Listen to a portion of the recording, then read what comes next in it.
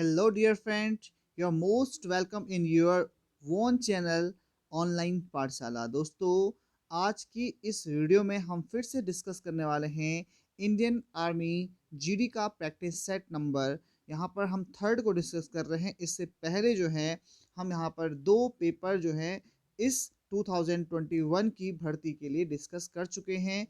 Army GD के यहाँ पर नोट्स उपलब्ध हैं और यह विभिन्न ट्रेड्स के लिए भी यह पेपर जो है महत्वपूर्ण होने वाला है। तो जिसमें कि हम आपको अलग अलग सेक्शंस में जो क्वेश्चंस हैं उनको यहाँ पर डिस्कस करते हैं, जिसमें कि हम सेक्शन ए में जीएस, सेक्शन बी में जनरल साइंस और उसके साथ साथ मैथमेटिक्स और रीजनिंग के प्रश्नों को यहाँ पर सॉल्व करते हैं बहुत ही आसान भाषा में। और बहुत ही फास्ट जो है यहाँ पर हमको करना होता है।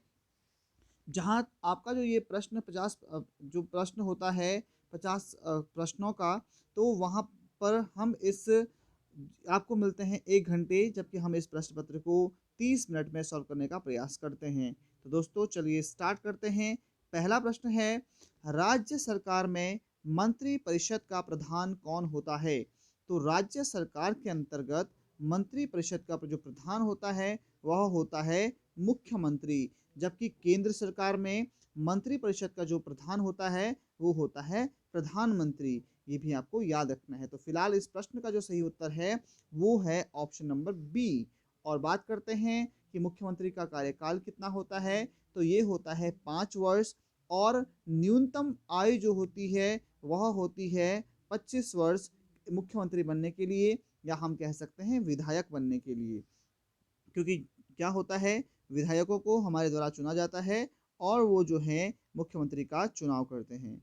अगला प्रश्न है, संसार में सबसे छोटा महाद्वीप कौन सा है? तो संसार में जो सबसे छोटा महाद्वीप है वह है ऑस्ट्रेलिया महाद्वीप, जबकि जो सबसे सबसे बड़ा महाद्वीप है वह है एशिया महाद्वीप। तो ये आपको ध्यान रखना है। अगला प्रश्न है, अरिहंत क्या है? तो अरिहंत जो है एक पनडुब्बी है, परमाणु संचालित पनडुब्बी। तो यहाँ पर देखिए ऑप्शन नंबर डी सही हो गया है। आप भी हमारे साथ प्रश्नों को सॉल्व करते रहिए और जो है यहाँ पर अपने सही आंसर्स देते रहिए। तो चलिए क्वेश्चन नंबर 4 क्या है, देखिए आप, भारत के विदेश मंत्री कौन हैं? तो आपको यहाँ पर सारे के सारे मंत्रियों के नाम याद कर लेने हैं। तो अब तक जो है आप अपने सही आंसर्स को टिक कर चुके होंगे। अपना जो स्कोर है हमको कमेंट बॉक्स में ज़रूर बताएं। और जो हम यहाँ पर आपके लिए इन मॉडल पेपर को ला रहे हैं, आप अपने दोस्तों के साथ भी इन मॉडल पेपर्स को शेयर करते रहें। वीडियो को लाइक करना ना भूलें। तो चलिए, विदेश मंत्री कौन हैं आप सब जानते हैं। विदेश मंत्री हैं एस जयशंकर। और अगर हम बात करें कि शिक्षा मंत्री कौन हैं, तो आपको पता है शिक्षा मंत्री हैं रमेश पोखरियाल निशंक, जबकि गृह मंत्री हैं अमित शाह और वित्त मंत्री हैं निर्मला सीतारमन और रक्षा मंत्री हैं श्री राजनाथ सिंह। तो यहाँ पर जो ये मंत्रिमंडल में जो वर्तमान में मंत्री हैं उनसे संबंधित प्रश्न हमेशा ही इस प्रश्न पत्र में पूछा जाता है। तो यदि आपको इन मंत्रियों के नाम याद हैं तो आप हमारे कमेंट बॉक्स में ज़रूर इसको मेंशन कर सकते हैं। सारे मंत्रियों के नाम आप लिख सकते हैं इनके मंत्रालयों के साथ। चलिए बढ़ते हैं क्वेश्चन नंबर 5। किसने फतेहपुर सिकरी को बनाया था? तो फतेहपुर सिकरी को बनवाया था अकबर ने। अकबर ने बनाया था फतेहपुर सिकरी को। अब आपको मेरी तरफ से एक प्रश्न है कि अकबर ने एक युद्ध के विजय के बाद ही फतेहपुर सिकरी को बनाया था, यानी कि उस विजय के बाद जो है वो कौन सी विजय थी, कौन सा युद्ध था जिसको जीतने के बाद अकबर ने फतेहपुर सिकरी का निर्माण करवाया था? तो आपको ये हमको बताना है कमेंट बॉक्स में। चलिए चलते हैं क्वेश्चन नंबर 6 पर। भारत की प्रथम महिला राष्ट्रपति कौन थी? तो वो थी श्रीमती प्रतिभा देवी पाटिल। तो ऑप्शन जो सी है वह बिल्कुल सही है। चलिए आपके लिए प्रश्न है, गोवा जो है भारत का अंग कब बना? आपके सामने ऑप्शन हैं, जल्दी से टिक कर दीजिए। तो गोवा जो है भारत का अंग बना 1961 को। और 1987 को मिजोरम, अरुणाचल प्रदेश जो हैं ये क्या बने, भारत के अंग बने। ये भी आपको याद रखना है। क्वेश्चन नंबर 8 है, भारत अपने परमाणु परीक्षण कहाँ पर कराता है? तो भारत जो है अपने परमाणु परीक्षण कराता है, आपके सामने ऑप्शन है, बताइए जल्दी से कौन सा आंसर सही होगा। तो आंसर सही होगा option number A, Pokhran. Pokhran में जो है भारत के परमाणु परीक्षण होते हैं। अगला प्रश्न है, भारत का राष्ट्रीय गान गाने का समय कितना होता है? तो बताइए जल्दी से। तो इसका जो आंसर है वह सही आंसर है 52 सेकंड्स, यानी कि जो राष्ट्रगान है उसको गाने के लिए जो है 52 सेकंड्स का समय लगता है। अगला है, आर के लक्ष्मण एक प्रसिद्ध थे जिनका कि अब निधन हो गया है, वो कौन थे? तो आर के लक्ष्मण जो हैं एक व्यंग्य चित्रकार, कार्टूनकार थे। तो ऑप्शन नंबर जो बी है वह सही हो जाएगा। अगला प्रश्न है, भारत में मतदान का अधिकार किस आधार पर होता है?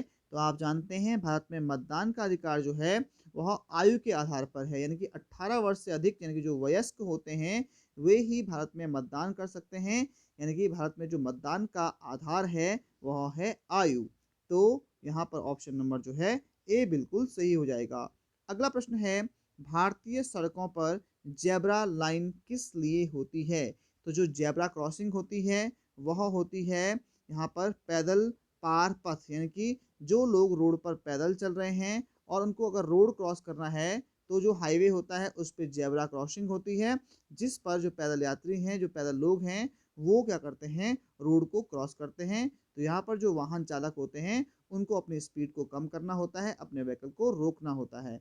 अगला है, निम्न में से कौन से महासागर पनामा नहर से जुड़े हुए हैं?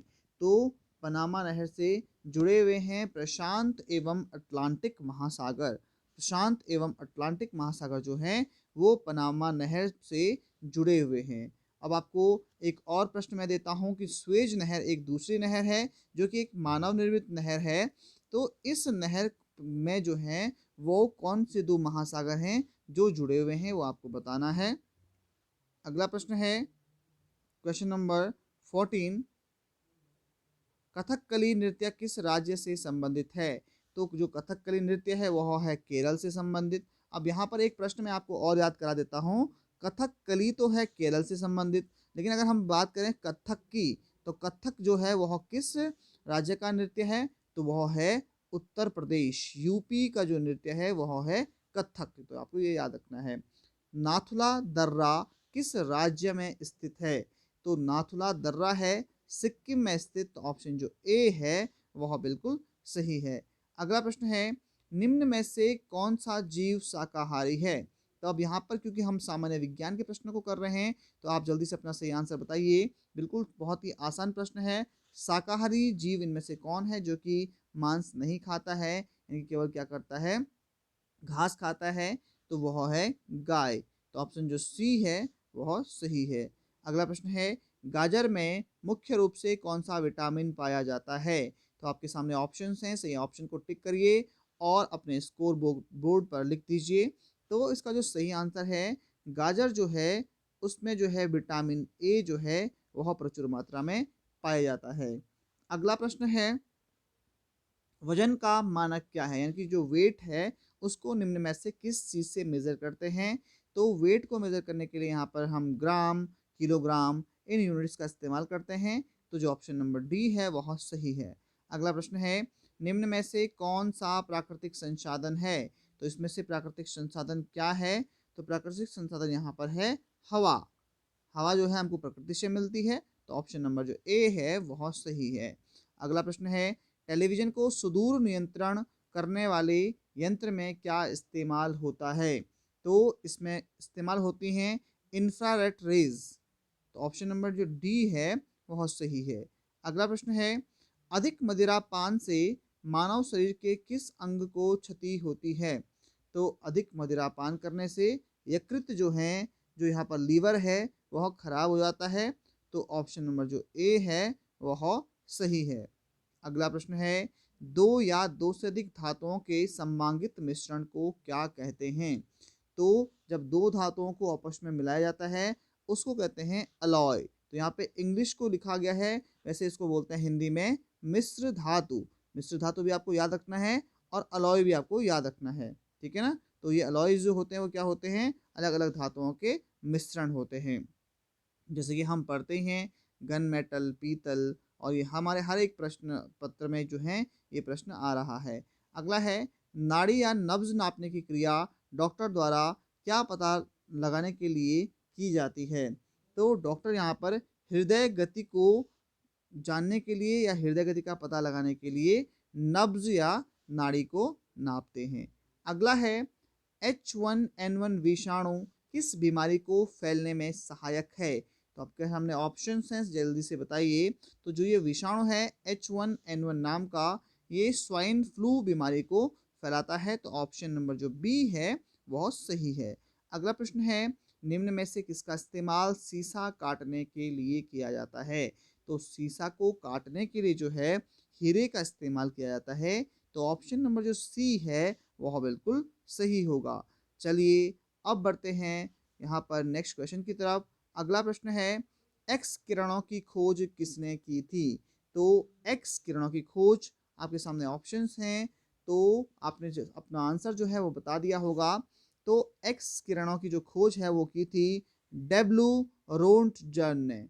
तो जहाँ पे ऑप्शन नंबर जो ए है वह सही है। अगला प्रश्न है, ध्वनि किस माध्यम से नहीं गुजरती है? तो यह प्रश्न भी काफ़ी इंपॉर्टेंट हो रहा है। तो जो ध्वनि होती है वह निर्वात से नहीं गुजर पाती है। इस क्वेश्चन के बारे में मैंने डिटेल में आपको पिछले वीडियो में बताया था, हमारे प्रैक्टिस सेट नंबर 2 में। चलिए बढ़ते हैं क्वेश्चन नंबर 28 की तरफ। मशीनों के पुर्जों का पिसने का मुख्य कारण क्या होता है? यानी कि जो मशीनों के पुर्जे होते हैं वो घिस जाते हैं, उनका मुख्य कारण क्या होता है? तो उनका मुख्य कारण होता है घर्षण बल, यानी कि फ्रिक्शनल फोर्स। तो ऑप्शन नंबर जो ए है वह बिल्कुल सही हो जाता है। अगला प्रश्न है, हीरा और ग्रेफाइट दोनों कार्बन के क्या हैं?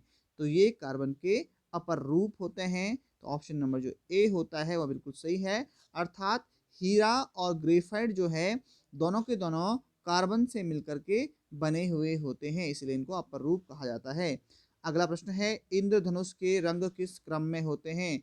तो आपने बचपन में पढ़ा था विबग्योर या फिर बैनी आह पिनाला, ऐसा कुछ पढ़ा होगा आपने। तो विबग्योर जो है ऑप्शन नंबर जो सी है बिल्कुल सही है। इसमें जो है इंद्रधनुष के 7 रंगों को यहाँ पर शॉर्ट में याद करने के लिए हैं।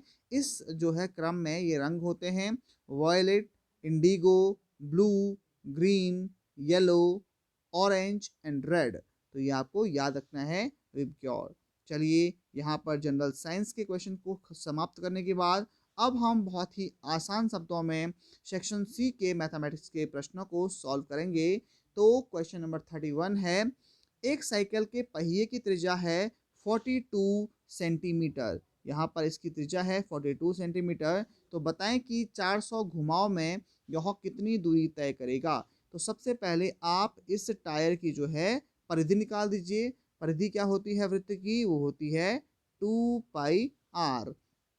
तो यहाँ पर आप वैल्यू रख दीजिए 2 इंटू 22/7 इंटू 42। जब आप इसको करेंगे तो 7 छक्के होता है 42, और जब आप इसको मल्टीप्लाई करेंगे तो 22 दूने 44 गुणा 6, तो ये आ जाएगा आपका यहाँ पर 264। ठीक है, अभी ये आया है आपके पास परिधि। अब आपको निकालना है कि 400 घुमाओ, यानी कि आपको इस परिधि के 400 बार रोड पे क्या करना है? घूमना है। तो कितने जो है यहाँ पर दूरी तय करेगा? तो दूरी निकालने के लिए आप इसको मल्टीप्लाई करेंगे तो यहाँ पर आ जाएगा 105,600 सेंटीमीटर। अभी ये सेंटीमीटर में आया है, हमको मीटर में चेंज करना है, तो हम 100 से क्या करेंगे? डिवाइड करेंगे, क्योंकि 1 मीटर में होते हैं 100 सेंटीमीटर। तो 0 से 0 कैंसिल हुआ, तो आपके पास आंसर क्या बचा? 1056 मीटर। तो जो आपका ऑप्शन नंबर जो बी है वह सही हो जाएगा। तो इस तरीके से आप इस प्रकार के प्रश्नों को सॉल्व करेंगे। आशा है आपको क्वेश्चन समझ में आया होगा। अगला प्रश्न है, दो संख्याओं का अनुपात है 2:3। यदि प्रत्येक में 9 जोड़ दिया जाए तो उनका अनुपात 3:4 हो जाता है। वे संख्याएं क्या होंगी? तो इस प्रकार का प्रश्न हम पहले भी कर चुके हैं।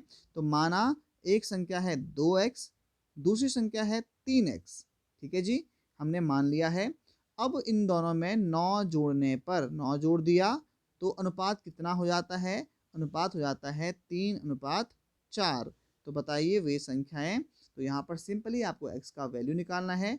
तो आप यहाँ पे क्रॉस मल्टीप्लाई करेंगे, 4 को यहाँ गुणा करेंगे, 3 को यहाँ गुणा करेंगे, तो ये हो जाएगा 4 दूने 8x धन 36, 9 चौके 36, 3 तिया 9x और 9 तिया 27।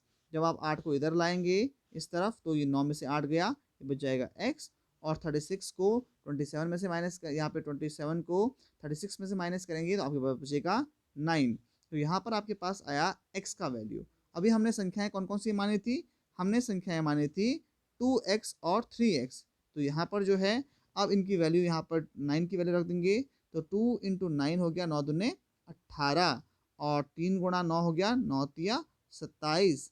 तो 18 और 27 जो है वो संख्याएं हो जाएंगी। तो ऑप्शन नंबर जो बी है 18 और 27 वो बिल्कुल सही हो जाएगा। अगला प्रश्न है, प्रश्न चिन्ह के स्थान पर क्या मूल आएगा, 82 और 81। तो यहाँ पर इस प्रकार का जो है ये वर्गमूल आपको याद अगर नहीं है तो आप इस मेथड से इसको कर सकते हैं। तो यहाँ पर आपको करना क्या होता है कि यहाँ पर आपको दो दो के क्या बनाने पड़ते हैं, जोड़े बनाने पड़ते हैं। आपने ये बनाए। अब ऐसी संख्या जिसका वर्ग जो है 82 से कम हो तो 9 नम में होता है 81। आपने ये कर दिया, 1 घट गया इसमें से और 81 को नीचे उतार दिया। 9 और 9 हो गया 18। अब 181 और 1 यहाँ लिख देंगे तो 181 वन जा 181 हो गया। 181 में से 181 घटाएंगे तो 0 आएगा। ये आपके पास आ गया है इसका वर्गमूल 91। तो ऑप्शन नंबर जो डी है वो सही हो जाएगा। अगला प्रश्न है, एक बक्से में 20 किलोग्राम गोलियां हैं, एक गोली का भार है 40 ग्राम, तो बक्से में कुल कितनी गोलियां होंगी। तो सिंपली यहाँ पर आप बक्से की जो गोलियां हैं उनको ग्राम में चेंज कर दीजिए। तो ये 20 किलोग्राम है तो कितने ग्राम हो जाएंगी, 1 किलोग्राम में होता है 1000 ग्राम, तो ये हो जाएगा 20,000 ग्राम। अब 40 गोलियां 40, एक गोली का वेट है 40, तो यहाँ से कैंसिल हो जाएगा, 4 पंजे हो गया 20, तो आपके पास आ गया है 500। तो उस बक्से में जो है टोटल गोलियों की संख्या हो जाएगी 500। तो ऑप्शन नंबर जो बी है वह सही हो जाएगा। अगला प्रश्न है, x प्लस वाई का होल स्क्वायर इक्वल टू है आपका 100 और x माइनस वाई का होल स्क्वायर है 16, तो x का मान क्या होगा। तो कई लोग क्या कर सकते हैं इनमें, अभी आप इसको फॉर्मूले से खोलेंगे, इसको फॉर्मूले से खोलेंगे, फिर x और y का मान निकालने का प्रयास करेंगे। लेकिन इसके लिए सिंपल सा आपको क्या करना है, इन दोनों का क्या कर देना है, आपको वर्गमूल कर देना है, आपको अंडर रूट कर देना है दोनों की दोनों इक्वेशंस का, दोनों पक्षों का वर्गमूल करने पर। तो यहाँ पर वर्गमूल से आपका स्क्वायर हट जाएगा, तो यहाँ पर जाएगा x प्लस वाई, और यहाँ पर 100 का अंडर रूट कितना होता है, 10 होता है। इसी प्रकार से यहाँ पे x माइनस 1 इस अंडर रूट से स्क्वायर कट गया, तो बचा आपका x ऋण y बराबर 16 का हो गया 4। अब आप इसको सॉल्व कर सकते हैं। तो दोनों समीकरणों को जोड़ने पर y से हो गया y कैंसिल, x और x जुड़ा तो कितना हो गया 2x, और 10 और 4 जुड़ा तो हो गया 14, तो 2 सते हो गया 14। तो x बराबर जो x का वैल्यू आया वो आ गया 7। बहुत ही आसान सा प्रश्न था। तो ऑप्शन नंबर जो डी है वह सही हो जाएगा। अगला प्रश्न जो है यहाँ पर है क्वेश्चन नंबर 36 कि इसका मान कितना होगा। देखिए, जब भी हम किसी दशमलव संख्या को 100 से गुणा करते हैं या किसी संख्या से गुणा करते हैं तो जितने भी जीरोज होते हैं उतने अंक वह दशमलव पीछे खिसक जाता है।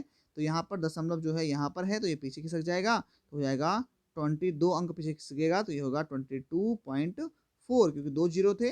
तो ऑप्शन नंबर जो ए है वह हो जाएगा सही। अगला प्रश्न है, 6 माइनस ए तथा 6 प्लस ए का औसत ज्ञात कीजिए। तो बहुत ही आसान है, औसत यानी कि दोनों संख्याओं का योग। तो 6 माइनस ए प्लस 6 प्लस ए अपॉन दो संख्याएं हैं तो अपॉन 2। अब देखिए ए से हो गया ए कैंसिल, 6 और 6 हो गया आपका 12, 12/2, तो ये आ गया आपका 6। तो जो आपका ऑप्शन है 6 वो बिल्कुल सही हो जाएगा, ऑप्शन नंबर ए। अगला प्रश्न है, √64 माइनस √25। तो बहुत ही आसान प्रश्न। 64 जो है किसका वर्गमूल होता है, तो वो होता है 8 का, सॉरी वर्ग होता है वो होता है 8 का, और 25 किसका वर्ग होता है वो होता है 5 का। तो 8 में से हम 5 घटाएंगे तो आएगा आपका 3। तो ऑप्शन नंबर जो सी है वह सही हो जाएगा। अगला प्रश्न है, एक वायुयान इम्फाल से 19:50 पर उड़ता है और दिल्ली पहुंचता है 22:30 पर। तो यह दिल्ली पहुंचने में कितना समय लगा। तो देखिए, जितने समय में पहुंचा पहले तो आप उसको लिख देंगे, 22:30 पर पहुंचा, और जो है कितने बजे निकला था, 19:50 निकला था। अब साधारणतया तो हमको इनको सब्सट्रैक्ट करना चाहिए, परंतु हमको यहाँ पर घंटे को घंटे से और मिनट को मिनट से ही घटाना है। अब आप देखेंगे यहाँ पे 30 है, यहाँ पे 50 है, तो हम क्या करेंगे, हम यहाँ पर घंटे में से मिनट को ले लेंगे, तो 22 का हम कर देंगे 21 घंटे, और इस 30 में जो है हम यहाँ के 1 घंटे में कितने मिनट होते हैं, 60, तो 60 को जोड़ देंगे, तो 60 और 30 कितना होता है, 90। तो ये हो गया 21 घंटे और 90 मिनट, और यहाँ नीचे है ही 19 और 50। तो अब आराम से आप आवर को और मीटर को और घंटे में से घंटे को और मीटर मिनट में से मिनट को घटा देंगे, तो 0 में से 0 गया 0, 9 में से 5 गया 4, और 19 में 21 गया, तो ये हो गया आपका 2। तो यहाँ पर आपका आंसर आ गया 2 घंटे 40 मिनट। तो जो ऑप्शन नंबर बी है वो सही हो गया, 2 घंटे 40 मिनट। अगला प्रश्न है क्वेश्चन नंबर 40, वो है दो संख्याओं का महत्तम समापवर्ती 11 है, एलसीएम 77 100 है, तो क्या होगा। भाई हमने ऐसे प्रश्नों को बार बार किया है, तो एलसीएम इंटू एचसीएफ अपॉन वो नंबर हमने पहले भी आपको बताया था, तो जल्दी से इसको सॉल्व कर दीजिए। तो ये हो गया 11 दूने 22, और बचा आपका 5, 11 पंजे 55। अब इसको काट दीजिए, यहाँ पर आपका आया 25 और यहाँ पे 77, तो इसको आप आराम से सॉल्व कर सकते हैं। तो सॉल्व करने के लिए इसको आराम से काट दीजिए, तो 5 से काटेंगे तो 5 पंजे हो गया 25, 5 कम हो गया 5, बचा 2, 5 पंजे 25, और 2 5 को 20 और 0। इस आप फिर से 5 से काटेंगे तो हो गया 5 तिया 15, 0, 5 अठे 40, तो ये आ गया 308। तो जो आपका ऑप्शन नंबर बी है वो सही हो जाएगा। अगला प्रश्न है ए रेशियो बी बराबर 3:4, बी रेशियो सी बराबर 8:9, तो ए रेशियो सी क्या होगा। तो रेशियो वाले प्रश्न हैं, तो देखिए ए अनुपात बी हमको दे रखा है, तो मैं इसको लिख देता हूँ 3:4। एक्चुअली मैं यहाँ पे लिख दूंगा ए अनुपात बी। अगले में बी अनुपात सी लिखा है, तो बी की जगह पे मैं नीचे लिख दूंगा 8 और इसको लिख दूंगा 9। अब इसके लिए ट्रिक क्या होती है कि आपको क्या करना होता है, अगर आपको अभी हमको ए और सी निकालना है, ये सी का अनुपात यहाँ पे दे रखा है, तो आपको इन दोनों को आपस में मल्टीप्लाई कर देना है और इन दोनों को आपस में मल्टीप्लाई कर देना है। तो 8 तिया हो गया आपका 24 और 9 चौको हो गया आपका 36। तो आप जब इसको काटेंगे तो ये हो गया आपका 2:3, यानी कि 12 दूने 24 और 12 तिया 36, तो 2:3 आपका यहाँ पर आंसर आ गया। अगर हमको वो ये पूछता कि A ratio B ratio C बताइए, तब भी आसान था, हम 8 चौके 32 कर देते, यहाँ बीच में हम 32 लिख देते, ठीक है ना। तो ये भी प्रश्न पूछता है और कभी कभी ए रेशियो बी सी पूछ लेता है। तो अभी आंसर जो है आपका कौन सा हो गया, ऑप्शन नंबर ए जो है 2:3 हो गया। अगला प्रश्न है एक पहिया जिसका व्यास 105 सेंटीमीटर है, तो 330 मीटर की दूरी पूरी करने में कितने चक्कर लगाएगा। इसी तरह का प्रश्न इससे पहले आया था। तो देखिए सबसे पहले तो हमको व्यास दिया है, तो त्रिज्या ज्ञात करेंगे, तो त्रिज्या हो जाएगी 105/2। अब फिर से हम इसकी क्या निकालेंगे, परिधि निकालेंगे, तो परिधि होती है 2πr, यानी कि 2 इंटू 22/7 इंटू 105/2। अब हम इसको करेंगे सॉल्व, तो जब हम इसको सॉल्व करेंगे तो यहाँ पे देखिए आपका 2 से आपका 2 कैंसिल हो गया, और इसको जब आप देखेंगे तो यह आ जाएगा आपका 330, ठीक है।